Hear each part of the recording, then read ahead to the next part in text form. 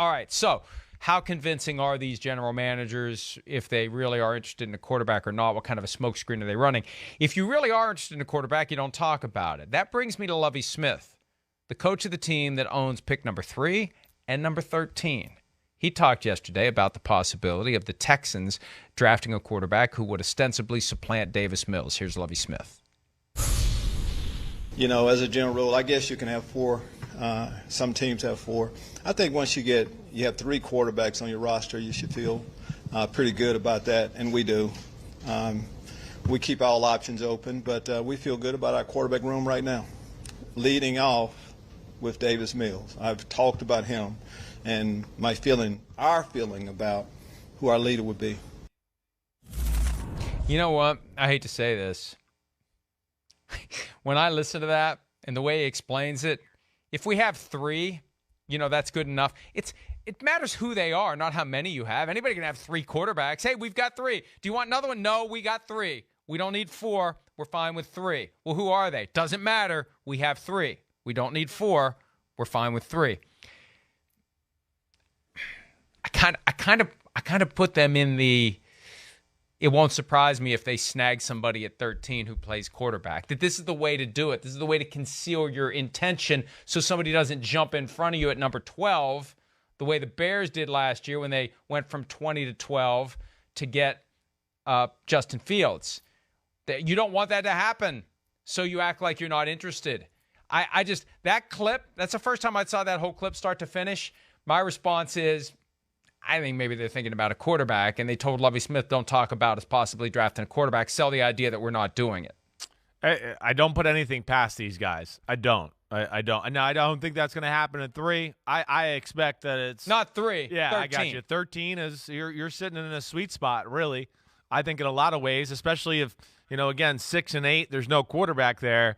13's going to be a spot where teams that maybe do like one of those guys might start to get antsy and go, if you're Pittsburgh, you might start to go, wait, is New Orleans going to take a quarterback with one of those 2 picks? Maybe we need to get up there. They are sitting in that spot. I look at Davis Mills. I personally am not sold. I will say that. I just look at it and go, hey, there's things I like. He really is well-schooled, knows how to play the position. I'm not sure I'm sold on the talent enough to say, oh, he's a starting NFL quarterback for years to come. I'd like to see a little bit more. Like I said, I know he knows how to play the position. He's got a good size. He's a pretty good athlete. His arm is good. It's not great. It's just barely above NFL average arm strength, but he still can make all the throws, and he passes the ball nice. Like you see here, it's smooth. It's never wowing. I just get the sense from people I talk to down there in the offseason that they really like this kid. Like, I got the sense that they feel like they might have stumbled on to, their version of Tom Brady to a degree. That's just my gut feel. Again, Mike, I'm doing a lot of, steak and potatoes here today to challenge your pasta and meatballs. But that's just the sense I got. And I think they're another team I look at to go, I don't think they will. They might want to flirt with this or put it out there, but I think they're going to stand strong with Davis Mills. But again, this gets back to what we started this segment with. If these things are mandatory and you have to show up and speak, and again, if they're not mandatory, why are you doing it? Because it's an outdated mindset. Well, we got to promote the league. It's old school media crap. The league's doing fine. Right. The league's doing fine. The reporters do not need access to the coach and or the GM in the days before the draft to have things to write and talk about, especially if there's a good chance that they're being fed a heaping helping of BS. But I look at it this way. If what you're saying is 100% accurate, and it very well may be, I'm not doubting it. My point is this. It's your incentive, if you love Davis Mills and you want to build around Davis Mills, to create some seed of doubt. Yeah. That will get someone to jump you and take a quarterback if you don't want one. If we're going to force these guys to speak, and we know that it's a very competitive environment where everything you say can and will be used against you, and you are thinking about a quarterback, you're going to say exactly what you said yesterday. Why do we want a quarterback? We have 3. I mean, think about how ridiculous that is on the surface. And I don't know if I would have picked it up from reading the transcript. You need to see the delivery to say, wait a minute, it doesn't matter how many you have. It means nothing. We have 3. Do you want a quarterback? No, we've got 3.